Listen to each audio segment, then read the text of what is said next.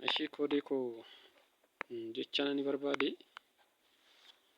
አየር ኃይል ምድር ኃይል ባህር ኃይል ብላክ ሰርቫንት ወይም ናይት ሰርቫንት ይሄ ስውር ሰርቫንት የምንለው ነገር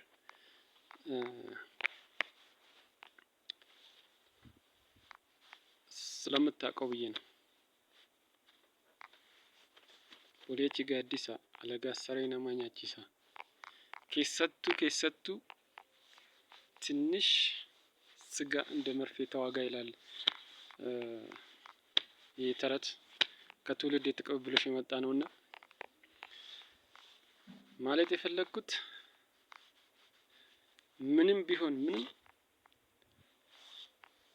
በሀገር ህልውና የመጣ ነገር አንደራደርም እንደምንለው ማለት ነው።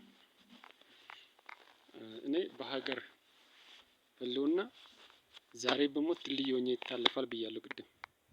ሆኖም ደግሞ እሳት ውስጥ ገብተም ትወጣለህ ሞታለሁ ብዬ ባስብ ላልሞት እችላለሁ። ማንም አይገለኝም ደግሞ እውነቱን ልንገርህ ግን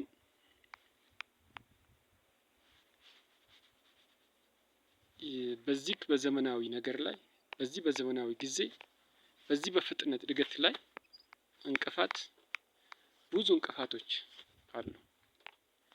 እንቅፋት አንድ እግርን ሲመታ አንደኛው እግርህ መንደርደሪያ ይሁን የሚል ነገር አለ። አንደኛውን እግር ሲመታ አንደኛውን እግር ከመሬት ከነቀልከው ትወድቃለህ ሳትነቅለው መንደርደሪያ ይሁን። ያን ማለት የፈለኩት ምንድነው? እንቅፋትን የማስተማር ሂደት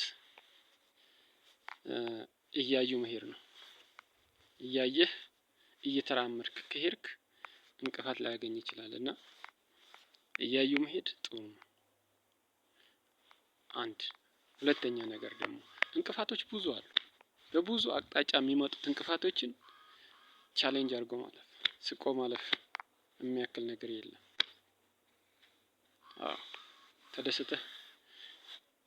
ተደስተህ ማለፍን የሚያክል ነገር የለም። ግን ያ ደግሞ በእኛ ሂደት ውስጥ ላያልፍ ይችላል። እኛ ትውልዶች እንቸኩላለን። እኛ ያሁኑ ትኩስ ሀይሎች እንቸኩላለን።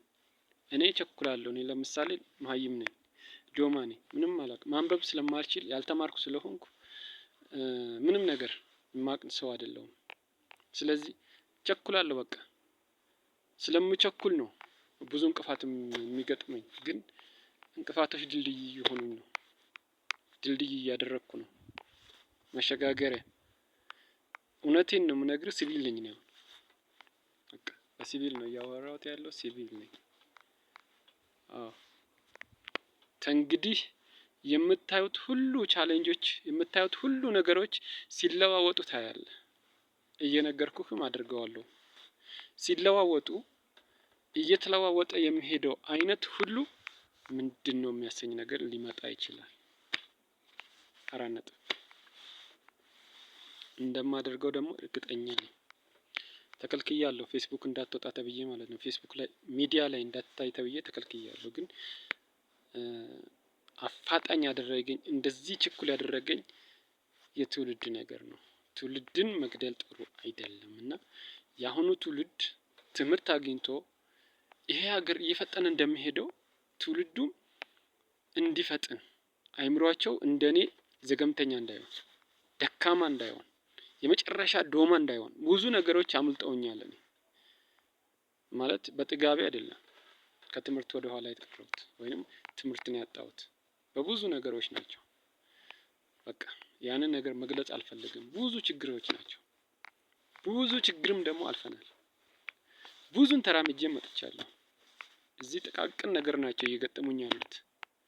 የሚያስለቅሱትም የሚያናድዱትም የሚያበሳጩትም አይምሮን የሚያዛባም አይምሮዬን በቃ እስከመጨረሻው ድረስ ዳሜንጅ የሚያደርግ ሁሉ ገጥሞኛል።